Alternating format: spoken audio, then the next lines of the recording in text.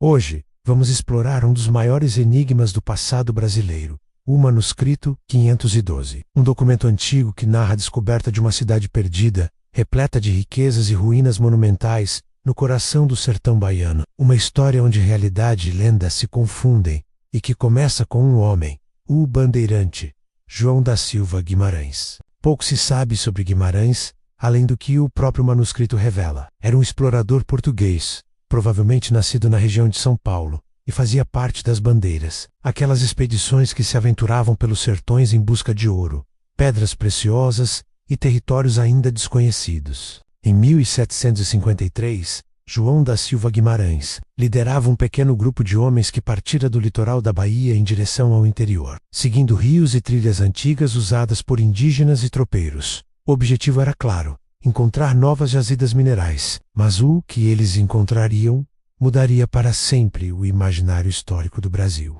Durante semanas, o grupo enfrentou calor escaldante, fome, sede e o terreno hostil do sertão, até que, após atravessarem serras e vales da região que hoje conhecemos como Chapada Diamantina, os exploradores avistaram algo impossível: estruturas de pedra erguendo-se entre as colinas, cobertas pela vegetação, mas claramente obra de mãos humanas. O que viram parecia desafiar toda a lógica da época. Segundo o manuscrito 512, os homens chegaram diante de uma imensa cidade em ruínas, construída em pedra talhada e disposta de forma ordenada, como se seguisse um plano urbano sofisticado. As ruas eram pavimentadas com grandes lajes, e as casas, apesar de em parte destruídas, ainda mostravam sinais de arquitetura avançada. Guimarães descreve em detalhes as construções. Havia arcos e colunas de pedra semelhantes às de templos gregos ou romanos, e portas esculpidas com símbolos estranhos, desconhecidos dos exploradores. As paredes traziam inscrições em uma língua misteriosa,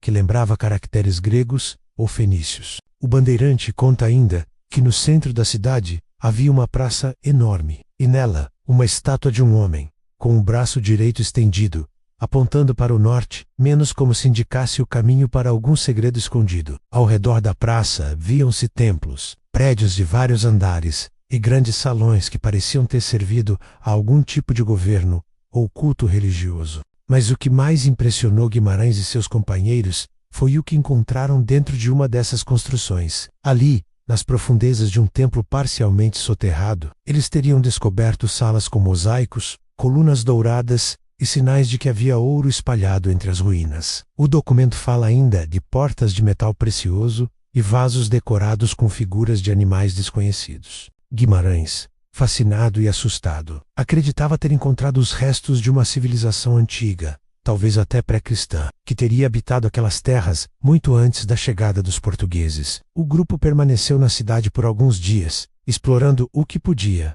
mas logo foi vencido pelo medo. Não havia comida, nem água, e o terreno era perigoso. Um dos homens adoeceu, e o clima hostil da Caatinga os obrigou a recuar. Antes do PET, João da Silva Guimarães prometeu que voltaria, mas nunca mais se ouviu falar dele. Anos depois, o relato apareceu nos arquivos da Real Academia de História de Lisboa e, mais tarde, foi descoberto na Biblioteca Nacional do Rio de Janeiro com o número de registro 512 menos daí, o nome pelo qual ficou conhecido. O conteúdo do manuscrito é tão detalhado que muitos estudiosos acreditam que Guimarães realmente viu algo extraordinário. O texto descreve, por exemplo, que nas paredes das construções havia escudos com brasões desconhecidos, figuras de guerreiros com elmos e lanças, e até um rio que atravessava a cidade por baixo de pontes de pedra. Essa riqueza de detalhes fez com que o manuscrito 512 ganhasse fama internacional. No século XIX, o explorador inglês Richard Francis Burton, fascinado pelo relato, veio pessoalmente ao Brasil para tentar encontrar a cidade perdida. Ele percorreu a região da Serra do Sincorá, onde acreditava que as ruínas poderiam estar, mas também não encontrou nada menos apenas silêncio, pedras antigas e um mistério que permanece até hoje. Com o passar dos séculos, surgiram várias teorias. Alguns acreditam que a cidade seria uma antiga colônia fenícia, ou até mesmo uma construção atlante, ligada à mítica Atlântida. Outros defendem que poderia ser um antigo assentamento indígena monumental, cujos traços culturais foram mal interpretados pelos bandeirantes. Mas há quem diga que João da Silva Guimarães realmente descobriu algo, talvez uma cidade de origem pré-colonial, que foi engolida pela mata e esquecida pelo tempo. A região da Chapada Diamantina, com suas formações rochosas e grutas profundas, ainda hoje desperta a imaginação de caçadores de tesouros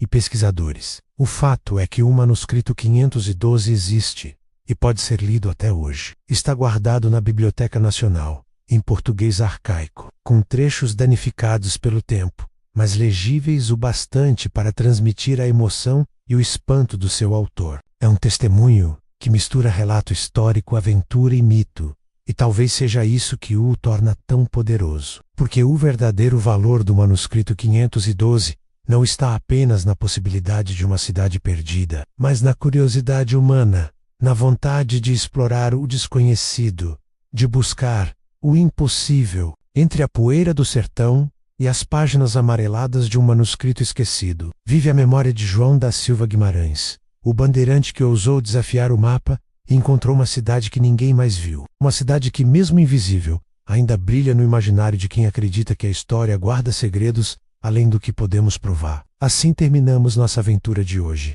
Se gostou, deixe um comentário e se inscreva no canal. Compartilhe com quem gosta de boas histórias. E até a próxima.